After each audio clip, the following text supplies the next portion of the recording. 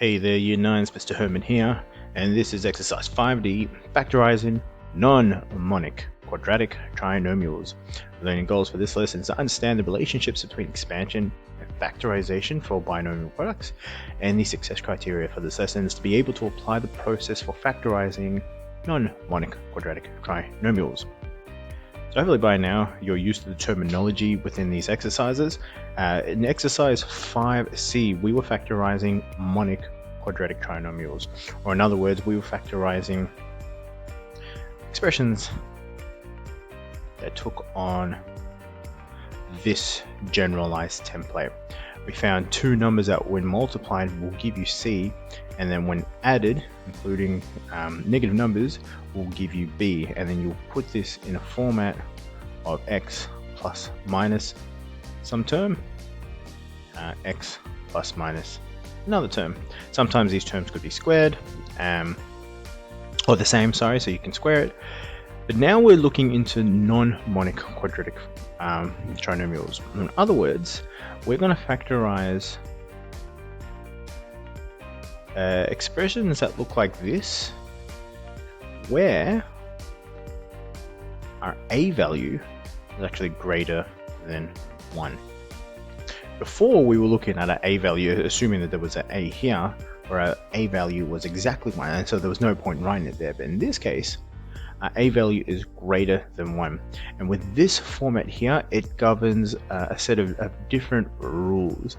The start seem relatively similar, but then it gets into a different territory, and we use the method of grouping in order to tackle questions where a is greater than 1 for our x squared or our x squared coefficient. So to put it generally, they've implemented an example within here, because if we just talked about this generally without an example, it can get a bit technical and it can get a bit confusing. So to factorize a non-monic trinomial of the form of ax squared plus bx plus c, we're going to follow or implement these steps. So we're going to find two numbers, first of all, that multiply to give whatever a times c is, and then add to give b. Now usually with monic examples, we would look for two numbers that when multiplied will give you just c. In this case, we're finding two numbers when multiplied will give you what a times c is. So if a and c, obviously there will be different numbers, a being greater than 1, you'll have to multiply a and c first to get a whole new number, and then find two numbers when multiplied will give you this, and then when added will give you b. Now that's just the first part. So let's look at this example here. We've got this 15x squared minus x, or one lot of x, minus 6. Our a in this example is equal to 15. So the number in front of the x squared, a coefficient, is 15. Our c value takes on negative 6. And for consistency's sake, our b value takes on negative 1. So we are going to be taking a and taking c and multiplying these numbers first. So that's what they've done here. A times c, which is 15 times negative 6, will give us negative 90. And then we are then going to look for factors of negative 90 that when these factors are added together will give you whatever the coefficient of x is, in this case negative 1.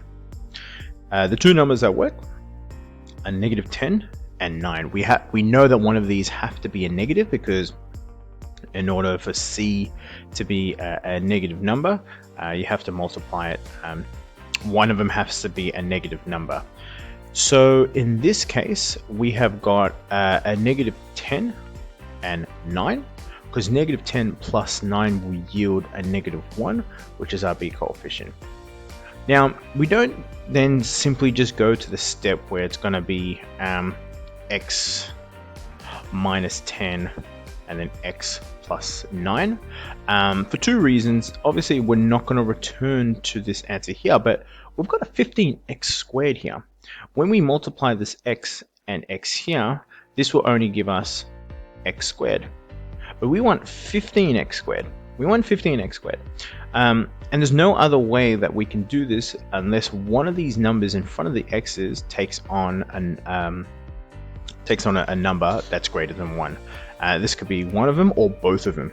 Okay, so right now we have just got -10 and -9.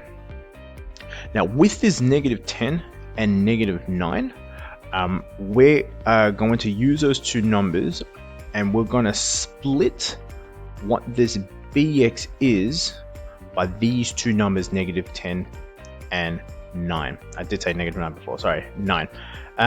So in this case, what we're going to do is we're going to rewrite this 15x squared minus 8 minus 6, specifically this part here, into -10x plus 9x. So this here turns into -10x plus 9x. This still is equivalent to each other. It's just being manipulated, and you'll see why in the next step. It's been manipulated so we can then go ahead and do some grouping, because we know that -10x plus 9x will give us -x, but we've purposely done this so we can change it around a bit. And this change comes from the fact that I can group 15x squared minus 10x and 9x minus 6, and I can find common factors between the highest common factor between these two terms and the highest common factor between these two terms.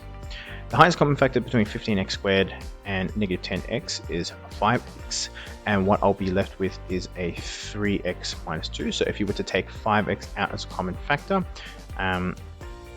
15x squared divided by 5x will give me 3x, and -10x divided by 5x will give me -2.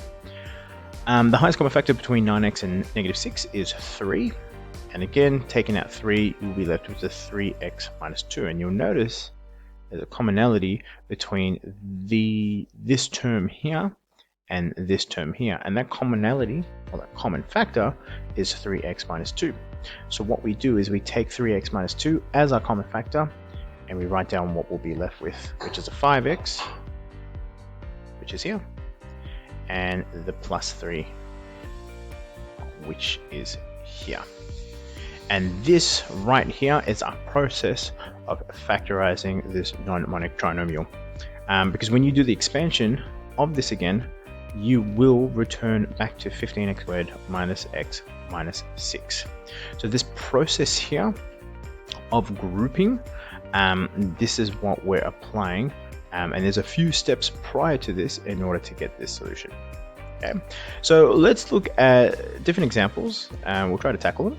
We've got these two examples here, and then the next video, this will be part 1, the next video will be looking at a trickier example which combines all the skills that we've learned so far to factorize and simplify tricky examples. For now, let's stick to these two here.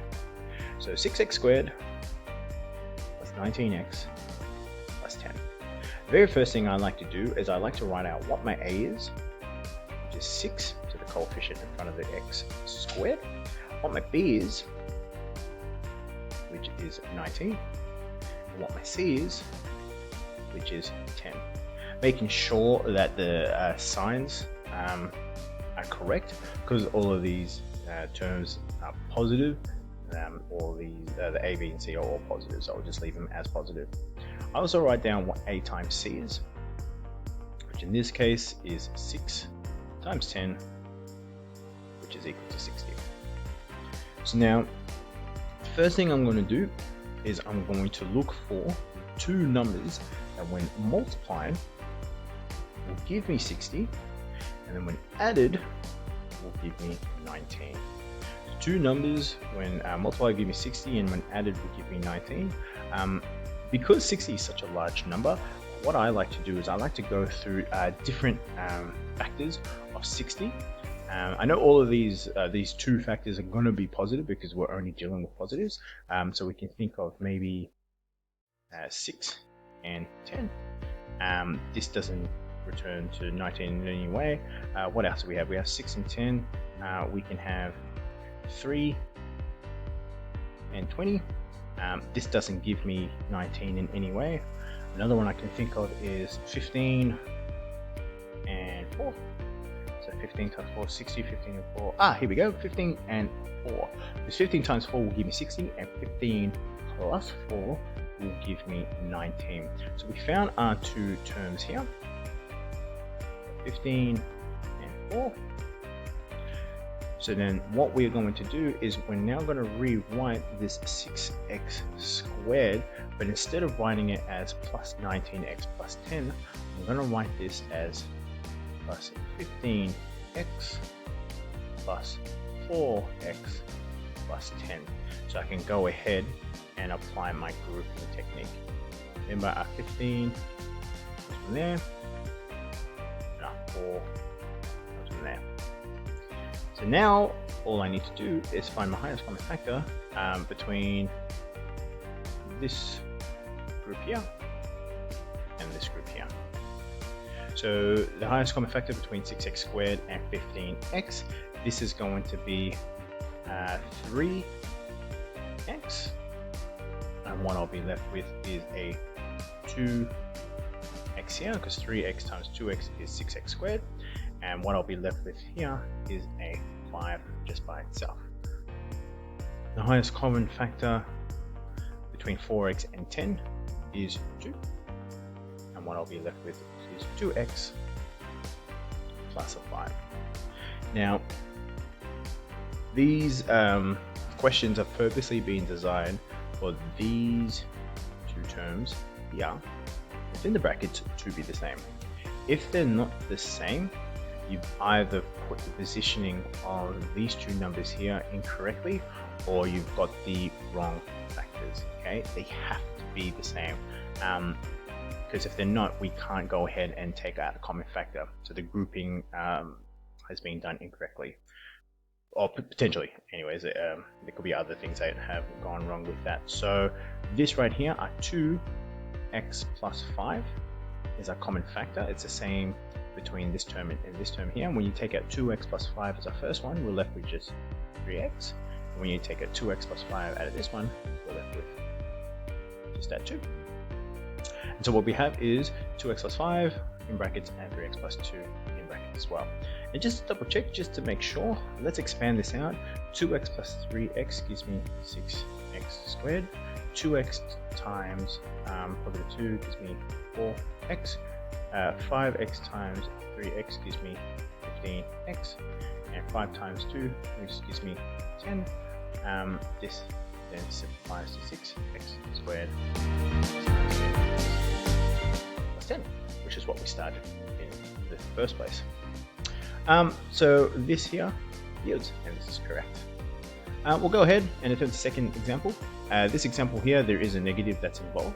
It's negative a. This shouldn't deter us in any way. We just got to be careful with what type of factors that we get when multiplying a and b. So 9x squared plus 6x minus 8. Again, I'll write out what my a is. Separation. A is equal to 9, b is equal to 6, c is equal to negative 8 because there's a negative in front. And a times c is equal to 9 times negative a, which gives me negative 72. So now we've got to look for two numbers that when multiplied will give me negative 72, and then when added with the fact that we know that there's going to be a negative involved, added will give me a positive 6x. Now this part here will take the longest because it's a matter of trying to figure out factors. I know what the two numbers are, 12 and 6, and obviously one of them has to be a negative. In this case, this is 6 has to be negative, so 12 plus minus 6, or 12 minus 6, will give me this positive 6. If it was the other way around, if it was negative 12 plus 6, I would land at negative 6. Because this is a positive, it can't be the case. So you've got to be careful where your negatives go based on what this b value is. It's positive and negative, and you just got to filter through different factors until eventually you'll get to when adding together what b is going to b. This will take the longest, finding those factors. You just gotta almost brute force your way through it. So now we're going to take this 12 and this minus 6, and we're going to split this 9x squared into 12x and minus 6x. Now, what is the general consensus? Because there are ways or two different ways mainly that you can write this. You can write this as 9x squared plus 12x minus 6x, or 9x squared minus 6x plus 12x. We both know that there are common factors of 12, 6, and 9. For the sake of looking at different scenarios, because trust me, you will be exposed to different what if scenarios or situations. What if this happens? What if that happens? For the sake of this right here, let's put this negative 6x in the front and 12x afterwards, and have this minus 8. So let's look at the common factor between, when we group it, this here and these two terms here. Between 9x squared and minus 6x, we can take out a 3x, and what we'll be left with is 3x for the first term and minus 2 for the second term. And with this term here, common factor is 4. This will be 3x, and taking 4 out will give me a negative 2. Now we're in this really cool position where 3x minus 2 is a common factor, but also this right here, when we take our 3x as a common factor between those two, we're left with a 3x plus 4. We're in a really unique situation, because if we had swapped these two terms around, and I'm going to show you what will happen, we'll see what answer we get. So right now we've got a 3x minus 2 and 3x plus 4. Let's check out this scenario here, and just to make this less confusing, let's just put this like this. Let's do a different scenario where I swap these around. So this is 9x squared plus 12x minus 6x minus 8. And let's take out a common factor between 9x squared and 12x. So this right here will end up being 3x. So what we'll be left with is 3x plus 4.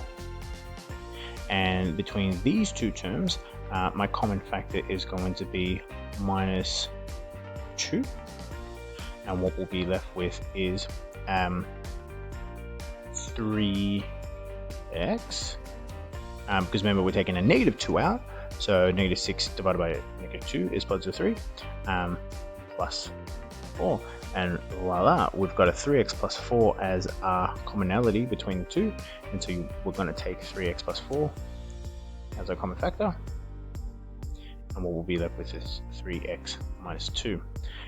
So we had the situation here where if we flip these around, we still end up getting the same answer.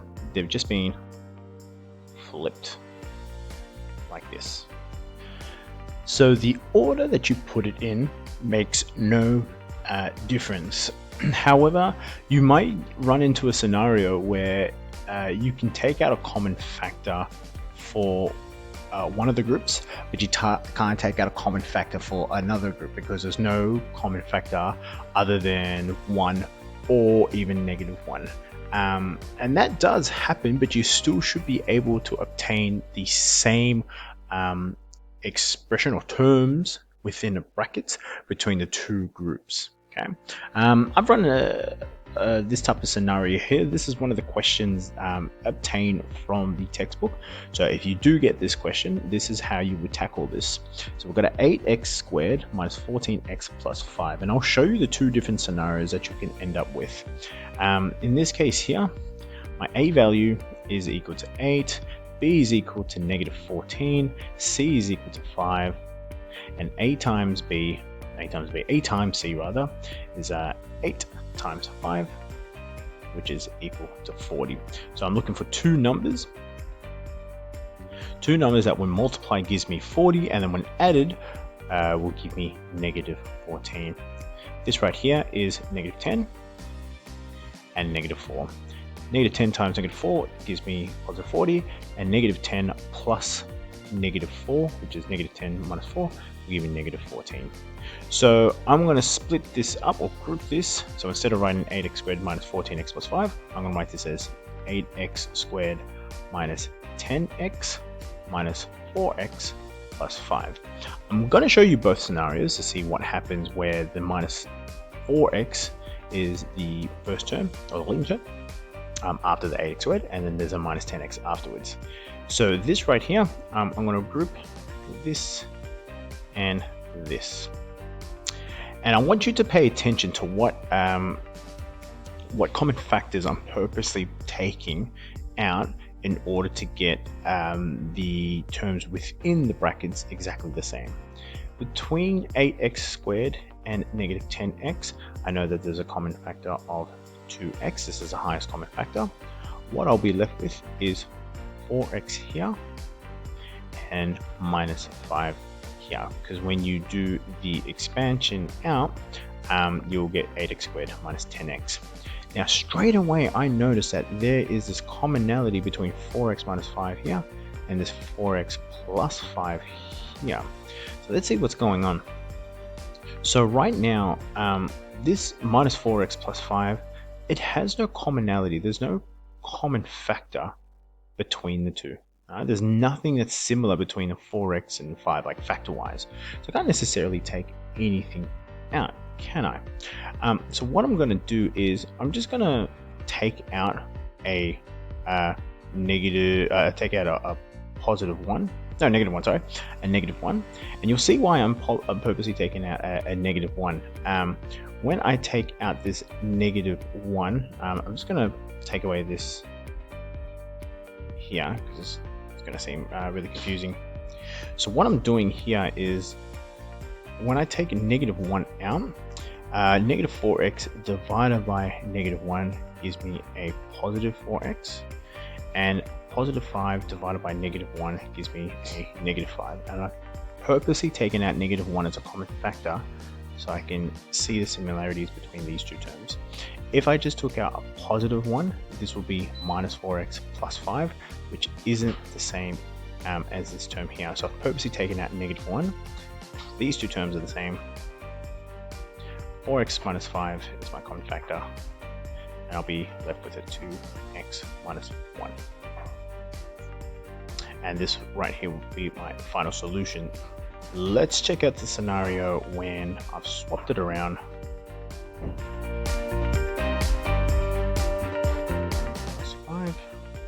In this scenario here, we are going to group them up, take out the highest common factors, and see what we get. So between 8x squared and negative 4x, highest common factor is this 4x. What we'll be left with is 2x minus 1. Looks very familiar here. And between negative 10x and plus 5x, we can take out a negative 2 or negative 5, sorry, or positive 5. I'm going to take out a negative 5, and I'm purposely doing this so I can be left with a 2x minus 1. And you can kind of see there's a negative 5 here, so we know it's a negative 5. And if I take this out, I can get this 2x minus 1 as a commonality. So if I take out 2x minus 1 as a common factor, we'll be left with this, which is exactly the same here, just flipped around. At the end of this explanation, it does not matter what, when you group them or split them, which one you put first, either the negative 10 or the negative 4. But what you have to consider is what you're taken out as common factors in order to ensure that whatever you have in the brackets are the same. Okay, a little bit of thinking is involved with this, with these type of situations or scenarios that you put yourself into. Okay, just have a little bit of a think. There is always a way to get from this version here to a factorized version. This is part 1. I'll see you guys in part 2. Till then, see ya.